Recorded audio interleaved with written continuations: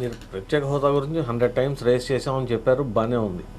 Same number of times government of India also made it clear that ప్రత్యేక హోదా ఇవ్వడం సాధ్యం కాదు. అదే టైంలో గత ప్రభుత్వం ఒప్పుకున్న ప్రత్యేక ప్యాకేజీని మీ ప్రభుత్వం కూడా కంటిన్యూ చేసి ఎక్స్టర్నల్ ఎయిడెడ్ ప్రాజెక్ట్స్ అన్నీ కంటిన్యూ చేసింది కదా. So now how do you expect? Sir, మీకు ఫస్ట్ ఆఫ్ ఆల్ ఈ ప్యాకేజ్ అనేది ఒక బూటకం సార్. ప్యాకేజ్ అనేది లేదు. ఫస్ట్ ఆఫ్ ఆల్ మనకు ఆంధ్ర రాష్ట్రానికి మన రైట్ అది.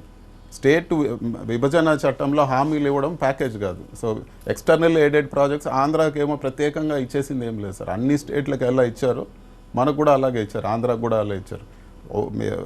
ఎక్సెప్షనల్గా ఆంధ్రాకి ఏదో ఇచ్చేసింది ఏం లేదు. ఓన్లీ మనకు రెవెన్యూ డెఫిసిట్ గ్యాప్ ఏదైతే ఉందో అది కూడా ఎప్పుడో పాత ఉండేది, అప్పుడప్పుడు ఇచ్చారు. కానీ వాళ్ళ క్యాల్కులేషన్స్లో అది కూడా తగ్గించి ఇచ్చారు.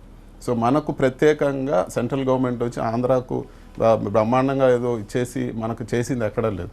ఈరోజు ఇంకా కూడా బ్లండర్ ఉంది. ఈరోజు సెంట్రల్ గవర్నమెంటు అదేవిధంగా ఆ రోజు వాళ్ళు 14 to 19లో బిగ్ బ్లండర్ ఆంధ్రప్రదేశ్కు చేసింది ఏమంటే, ఒక national aided project. So for example మీరు నేషనల్ హైవే వర్క్స్ చూస్తారు.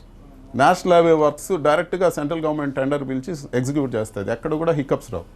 సో పేమెంట్స్ కానీ ఇంకోటి కానీ ఈరోజు బిల్లు పెడితే రేపు అవుతుంది. వర్క్ కూడా అన్నీ కూడా బిఫోర్ టైం కంప్లీట్ అవుతాయి. ఇప్పుడు నేషనల్ హైవే ప్రాజెక్ట్స్ సిమిలర్గా పోలవరం ఎగ్జిక్యూట్ చేయాలి వాళ్ళు. సిమిలర్ లైన్స్లో పోలవరం ఎగ్జిక్యూట్ చేయాలి. ఎగ్జిక్యూషన్ వచ్చి నేషనల్ ఎయిడెడ్ ప్రాజెక్ట్ ఎగ్జిక్యూషన్ వచ్చి చంద్రబాబు నాయుడు గారు మేమే చేస్తామని చెప్పి తీసుకున్నారు. రకరకాల కారణాలతో ఆయన తీసుకోవడంతో ఈరోజు పోలవరం ప్రాజెక్ట్ అంతా మెస్ అయిపోయింది. ఒక్క చిన్న అప్రూవల్ రావాలంటే సెంట్రల్ గవర్నమెంట్ దాంట్లో ఒక 16-17 టేబుల్ తిరిగి ఒక ఫైల్ మూవ్ అవ్వాలంటే నెలలు పడుతుంది. ఈరోజు అట్లా మేజర్ బ్లండర్స్ ఈరోజు గత ప్రభుత్వంలో చేసినటువంటి కూడా ఇప్పుడు క్లియర్ చేసుకునే పరిస్థితి.